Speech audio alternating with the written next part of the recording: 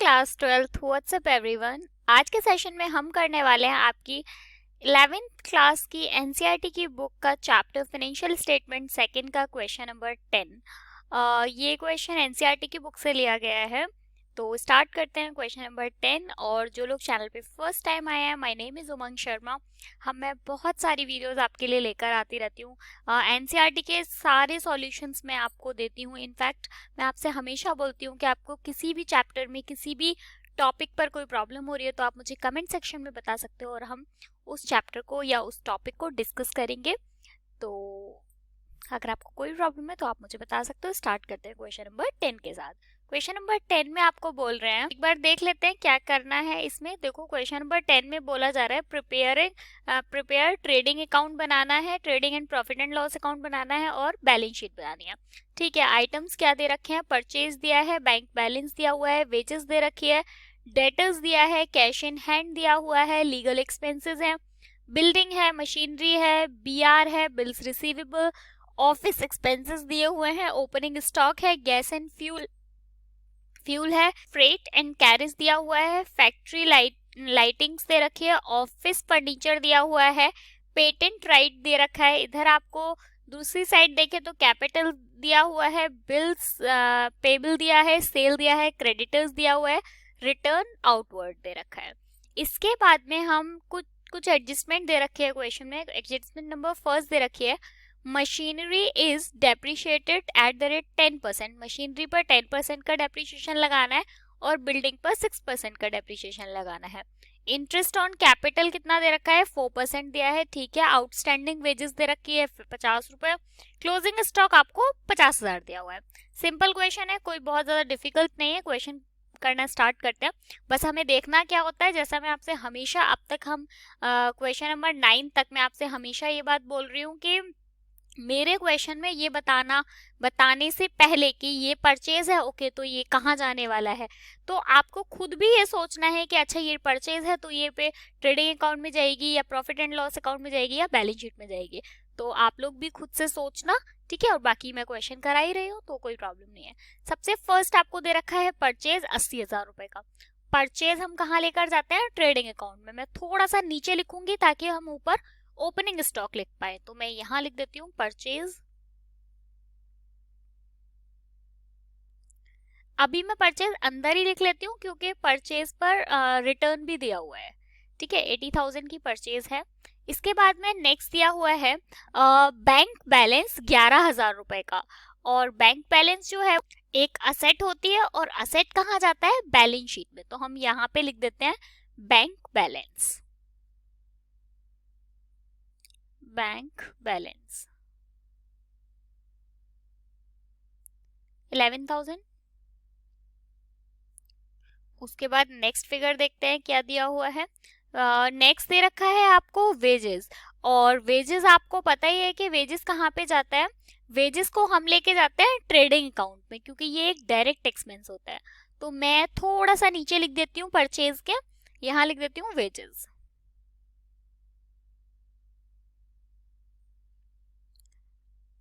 $34,000 अंदर ही लिख लेते हैं क्योंकि इस पे आउटस्टैंडिंग है। ठीक है, आगे देखते हैं। वेजेस के बाद दे रखे हैं डेटर्स और कैश इन हैंड। तो आपको पता ही है कि डेट जो कैश इन हैंड है वो भी बैलेंस शीट में जाता है और जो डेटर्स है वो भी बैलेंस शीट में जाते हैं। दोनों ही हमारे लिए असेट है तो इनके ले चलते हैं हम बैलेंस शीट की साइड। यहाँ पे डेटर्स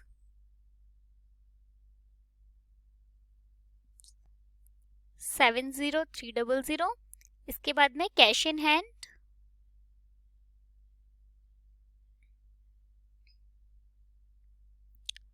1200। आगे बढ़ते हैं। देखो आगे क्या दिया हुआ है, लीगल एक्सपेंसेस दे रखे हैं आपको। और लीगल एक्सपेंसेस जो होते हैं वो हम एक किसी भी कंपनी के लिए क्या होते हैं? प्रॉफिट एंड लॉस अकाउंट में जाते हैं क्योंकि वो एक इनडायरेक्ट एक्सपेंस है। तो मैं यहाँ नीचे लिखूंगी, मतलब थोड़ा स्पेस छोड़ के यहाँ लिख देती हूँ लीगल एक्सपेंसेस।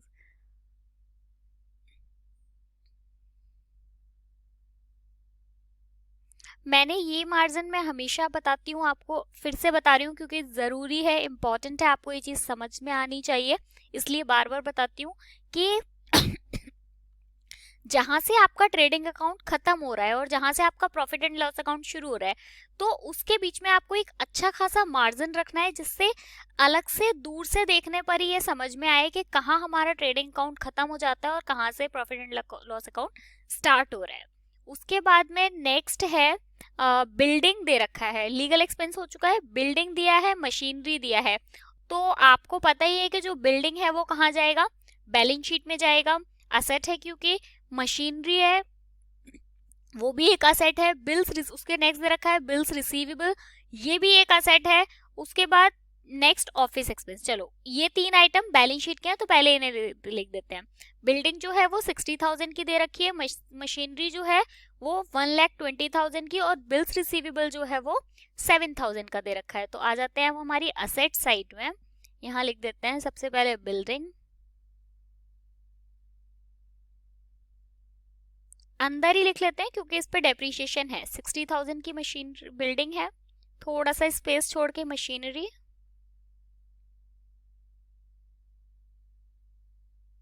जो कि आपको दिया हुआ है 1,20,000 का, और इस पे भी डेप्रीशिएशन है तो अभी हम स्पेस छोड़ के यहाँ लिख देते हैं BR, बिल्स रिसीवेबल,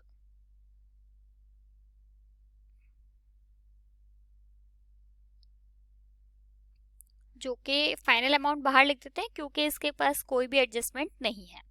आगे चलते हैं। ये तीन आइटम होने के बाद में हमें नेक्स्ट दे रखा है ऑफिस एक्सपेंस।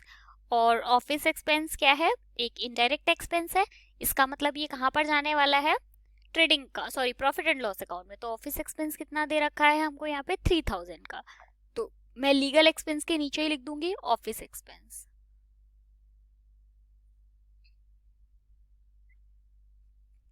$3,000 का। उसके बाद में नेक्स्ट आपको दिया हुआ है ओपनिंग स्टॉक। ओपनिंग स्टॉक आपको पता ही है, सब ट्रेडिंग अकाउंट में सबसे ऊपर फिगर आती है ओपनिंग स्टॉक की, यहाँ लिखो ओपनिंग स्टॉक। फाइनल अमाउंट बाहर लिखते हैं, कोई एडजस्टमेंट होती नहीं है इस पे, 45,000। देखो बाकी ये आपको ये भी समझना जरूरी है कि बाकी चीजें आप ऊपर नीचे करते हैं कोई प्रॉब्लम नहीं है, कि जैसे आपने लीगल एक्सपेंस नीचे कर दिया, ऑफिस एक्सपेंस ऊपर कर दिया, कोई फर्क नहीं पड़ेगा उससे, ठीक है। लेकिन आप थोड़ा सा आप ये ध्यान रखो, जैसे कुछ फिगर्स हैं जो आपको इसी सीरीज में, जैसे ओपनिंग स्टॉक है वो आपको सबसे ऊपर ही लिखना है। क्यों लिखना है, इसके पीछे भी एक लॉजिक है, एक चीज है वो आपको समझनी है कि जब तक आपके पास स्टॉक नहीं होगा, मतलब मार्च से पहले जो मंथ था उसका, आपको पिछली साल का जो एक्सपेंस आपके पास स्टॉक है, आप पहले उसको लेकर आओगे, बाद के खर्चे तो बाद में आएंगे। समझ रहे हैं ना आप, ओपनिंग स्टॉक पहले आएगा, उसके बाद में आपके पास बाकी खर्चे होंगे।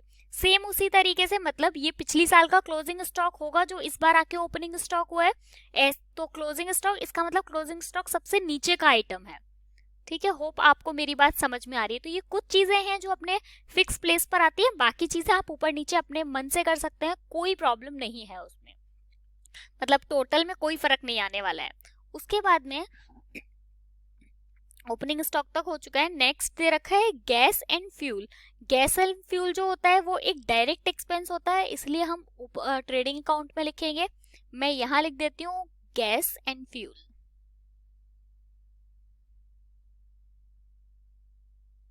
फाइनल अमाउंट बाहर लिखेंगे 2700, कोई मतलब एडजस्टमेंट नहीं है इस पे। उसके बाद में नेक्स्ट दे रखा है freight and carriage. Carriage and freight या फ्रेट एंड कैरेज, ये भी ट्रेडिंग अकाउंट में जाएगा। आप यहाँ लिख दीजिए फ्रेट एंड कैरेज, यहाँ 3500। फाइनल अमाउंट बाहर लिखेंगे।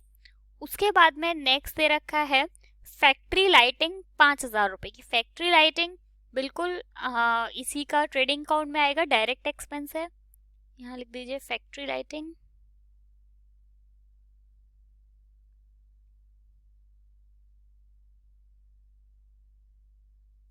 5,000। आगे बढ़ते हैं। नेक्स्ट आपको दे रखा है ऑफिस फर्नीचर। ऑफिस फर्नीचर आपको दिया हुआ है यहाँ पे 5,000 रुपए का। एक आपके लिए ये एक तरीके का मतलब असेट है, तो फैक्ट्री सॉरी ऑफिस फर्नीचर भी आप असेट्स में लिखोगे। उसके बाद नेक्स्ट दे रखा है पेटेंट राइट। पेटेंट राइट भी एक असेट होती है, तो ये 18,800 की, तो ये दोनों ही फिगर बैलेंस शीट के हैं, हम बैलेंस शीट में लिख देते हैं उनको। मैं यहाँ लिख देती हूँ पेटेंट राइट, जिसका अमाउंट आपको दे रखा है 18800। इसके बाद में नेक्स्ट दिया हुआ है ऑफिस फर्नीचर,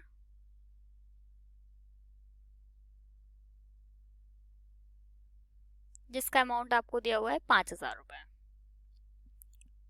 आगे बढ़ते हैं, ये हो गया। नेक्स्ट आपको दे रखा है कैपिटल और बिल्स पेबल। तो आपको पता ही है कैपिटल भी आपकी लायबिलिटी में जाती है, मतलब बैलेंस शीट में, और जो बिल्स पेबल है वो भी आपका कहाँ जाता है, बैलेंस शीट में। तो इन दोनों को लिख देते हैं असेट साइड में। मैं यहाँ सबसे ऊपर पहले कैपिटल लिखूंगी, अंदर ही लिख लेते हैं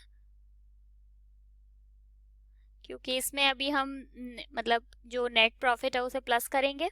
उसके बाद में नेक्स्ट दे रखा है बिल्स पेबल, यहाँ नीचे लिख देती हूँ बिल्स पेबल,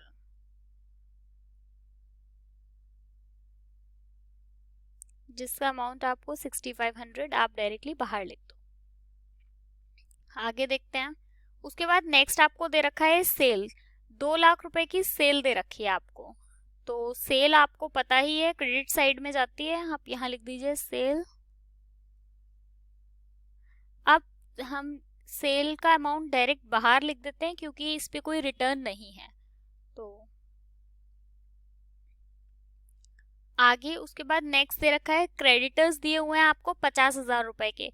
क्रेडिटर्स आपके लिए एक लायबिलिटी होती है, तो लायबिलिटी बैलेंस शीट में आ जाओ लायबिलिटी साइड में। मैं यहाँ लिख देती हूँ क्रेडिटर्स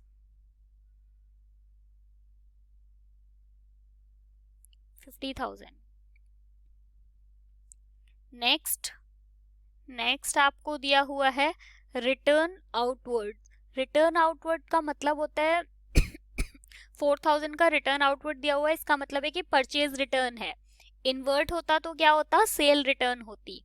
तो आप यहाँ पे लेस रिटर्न कितना 4,000, फाइनल अमाउंट बाहर लिख दीजिए। 80,000 में से 4,000 माइनस करेंगे तो 76,000 बाहर आ जाएगा। उसके बाद ये सारी चीजें हो गई हैं। अब हम आ जाते हैं एडजस्टमेंट की साइड। तो पहला एडजस्टमेंट आप देखो, आपको फर्स्ट एडजस्टमेंट में बोला जा रहा है कि मशीनरी पर डेप्रिसिएशन 10% का और बिल्डिंग पर डेप्रिसिएशन 6% का। और एक चीज जो कि अब तक आपको पता चल गई होगी कि जितनी भी एडजस्टमेंट होती हैं, जैसे इसमें 4 एडजस्टमेंट दिए हैं, तो ये चारों एडजस्टमेंट 2 जगह पर आएंगी, सारी एडजस्टमेंट 2 जगह पर जाती हैं। तो चलो पहले डेप्रिसिएशन लगा देते हैं। पहले मशीन बिल्डिंग पर, पहले चलो मशीन बिल्डिंग पे 6% का डेप्रिसिएशन है, तो आप लिखो लेस डेप्रिसिएशन। जब आप 60,000 पर 6% डेप्रिसिएशन निकालोगे तो 3600 निकल कर आएगा। 3600 जब आप 60,000 में से 3600 3600 रुपए माइनस करोगे तो ये आपका निकल कर आएगा 56,400। उस ऐसे ही मशीनरी पर लेस डेप्रिसिएशन आप 1,20,000 का आपका मशीनरी है जिसपे 10% का डेप, तो 1,20,000 का 10% निकालोगे तो 12,000 निकल कर आएगा। 1,20,000 में से 12,000 माइनस करोगे तो 108,000। ठीक है। अब क्योंकि हमने अभी अभी बात की है कि जितने भी एडजस्टमेंट होती है वो 2 जगह पर जाती है, तो एक जगह तो हमारा एडजस्टमेंट मतलब वहाँ असेट में हो गया। अब इसका असेट हम यहाँ पे एडजस्ट करते हैं इनको। यहाँ पे आप लिखो डेप ऑन मशीनरी, जिसका अमाउंट आपको मशीनरी का है 12,000 रुपए। ऐसे ही डेप ऑन बिल्डिंग, जिसका क्या अमाउंट है 3600। ये आपका प्रॉफिट एंड लॉस अकाउंट में आ गया। आगे चलते हैं। नेक्स्ट जो एडजस्टमेंट दी हुई है वो आपको दी हुई है इंटरेस्ट ऑन कैपिटल 4%। तो इंटरेस्ट ऑन कैपिटल 4%, तो इसका मतलब पहले तो आप बैलेंस शीट में पहुंचते हैं हम लोग लायबिलिटी में। आप यहाँ पे लिखो add interest on capital on capital, तो जब आप 2,10,000 का कितना परसेंट निकालना है, सॉरी 4%, तो जब आप 2,10,000 का 4% निकालोगे तो निकल कर आएगा 8,400। ठीक है, तो हम इसको अभी फाइनल नहीं लिख रहे हैं क्योंकि इसमें नेट प्रॉफिट वगैरह हमें अभी ऐड करना पड़ेगा। तो क्योंकि ये एडजस्टमेंट है तो हम इसकी एडजस्टमेंट को और एक जगह और लेकर जाएंगे, वो होगा प्रॉफिट एंड लॉस अकाउंट में। तो मैं यहाँ लिखूंगी इंटरेस्ट ऑन कैपिटल।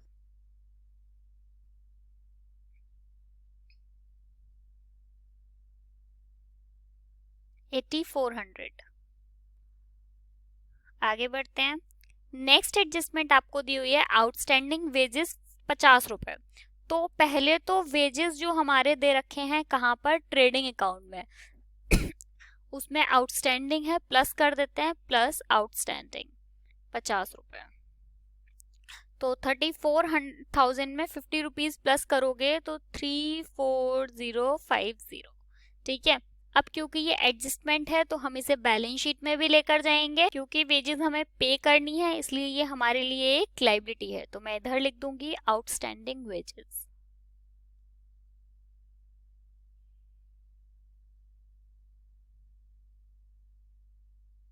₹50। आगे बढ़ते हैं। नेक्स्ट आपको दिया हुआ है क्लोजिंग स्टॉक। तो क्लोजिंग स्टॉक आपको पता है कि एक तो क्लोजिंग स्टॉक आप बैलेंस शीट में लिखोगे, तो मैं यहाँ लिख देती हूँ क्लोजिंग स्टॉक कितना है 50,000। और एक क्लोजिंग स्टॉक आप यहाँ पर बैलेंस शीट में लिखने के बाद एक बार आप लिखोगे कहाँ पर, यहाँ पे मैं लिख देती हूँ क्लोजिंग स्टॉक 50। अब हमारी सारी फिगर्स पूरी हो गई हैं, सारी एडजस्टमेंट पूरी हो गई है, हम टोटल लगा लेते हैं। अच्छा एक चीज और, मैंने अभी आपसे एक चीज कहा था, आपको एक बात कही थी, आपको याद होगा कि हमें साफ साफ ये दिखना चाहिए कि हमारा कहाँ पे हमारा ट्रेडिंग अकाउंट खत्म हो रहा है और कहाँ पे profit and loss account start हो रहा है। तो आपको यहाँ से मतलब इतने गैप से आई होप आपको ये समझ में आ रहा होगा कि यहाँ पे हमारा ट्रेडिंग अकाउंट खत्म हो जाता है और इसके बाद profit and loss account start हो रहा है। तो मैं जो टोटल है वो यहाँ लगाऊंगी। ठीक है, बल्कि आप और थोड़ा ज्यादा मार्जिन लेंगे तो और अच्छी बात है। अब आप देखो, आपको देखते ही समझ में आ रहा है कि हमारी जो क्रेडिट साइड है वो ज्यादा है। इधर हमारे पास दो फिगर हैं, एक फिगर है 2 लाख रुपए की और एक फिगर है 50,000 रुपए की। तो सीधा सीधा टोटल कितना हो गया, 2,50,000। ये टोटल हम यहाँ लगा देंगे। ठीक है, अब 2,50,000 सेम टोटल इस साइड भी लगा लो। अब देखो इस साइड हमारे पास में फिगर है, एक फिगर है 45,000 की, एक फिगर है 76,000 की, एक फिगर है हमारे पास 34,050 की, एक 2,700 की, 3,500 की और 5,000 की। जब हम 2,50,000 में से ये सारे फिगर माइनस करेंगे तो मेरा निकल कर आ रहा है 83,750, जो कि हमारा क्या है, ग्रॉस प्रॉफिट है। ग्रॉस प्रॉफिट, इसी ग्रॉस प्रॉफिट को आप प्रॉफिट एंड लॉस अकाउंट में ट्रांसफर कर लो। तो यहां लिखो ग्रॉस प्रॉफिट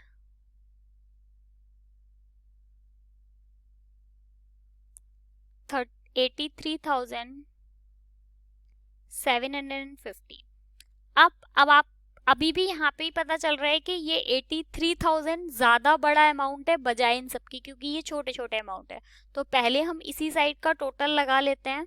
मैं टोटल इसका लगा देती हूँ यहाँ पर 83,750। सेम टोटल इस साइड भी लगा लेंगे हम 83,750।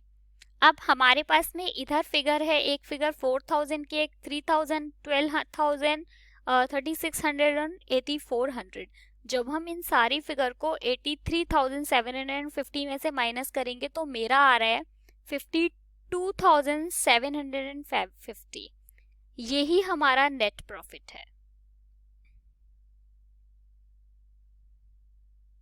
अब हम इस नेट प्रॉफिट को कैपिटल में प्लस कर देंगे बैलेंस शीट में। तो आप यहां लिखो प्लस नेट प्रॉफिट, जो कि हमारा है 52,750। इन सबको प्लस कर देंगे 2,10,000, 8,400 एंड 52,750 को प्लस करेंगे तो मेरा आ रहा है 2,71,150। अब हमारे पास इधर अगर हम असेट्स की बात करें तो मेरे पास असेट साइड में तो 4 फिगर हैं। एक फिगर है 2,71,150, 6,500, 50,000 और 50 रुपए। अगर हम इस साइड असेट साइड की बात करें तो असेट साइड में मेरे पास एक फिगर है 11,000 की, एक फिगर है मेरे पास 70,300, 1200, 56,400, एक है 10,800, 7,000, 1,880, 5,000 और 50,000। तो जब मैंने टोटल लगाया दोनों साइड का तो मेरा दोनों साइड का टोटल जो है वो बराबर आ रहा है। तो मेरा टोटल जो है वो आ रहा है 3,27,700। मैं ये फिगर्स एक बार आपको अमाउंट इसलिए बताती हूँ क्योंकि मतलब आपको कोई कंफ्यूजन ना हो, क्योंकि बहुत सारी चीज़ें ऐसी होती है कि मतलब मैंने लिखा कुछ और है और आपको कुछ और, क्योंकि राइटिंग का थोड़ा इशू रहता है मेरे साथ में, इसलिए मैं आपको एक बार टैली करवाती हूँ, है ना। चलो, होप आपको क्वेश्चन समझ आया होगा। मैंने कोशिश की है अच्छे से समझाने की। स्टिल आपको डाउट है, आप मुझे बताओ क्या चीज़ें आपको समझ में नहीं आ रही है, हम लोग डिस्कस कर लेंगे। और एक बात जो कि मैं बोलती हूँ, आपसे वीडियो पसंद आती है तो प्लीज़ वीडियो को लाइक किया करो, तभी मोटिवेशन मिलता है, मन करता है काम करने का और ज़्यादा मेहनत करने का। Bye bye, thank you so much. Next video में हम करेंगे क्वेश्चन नंबर 11। Bye bye.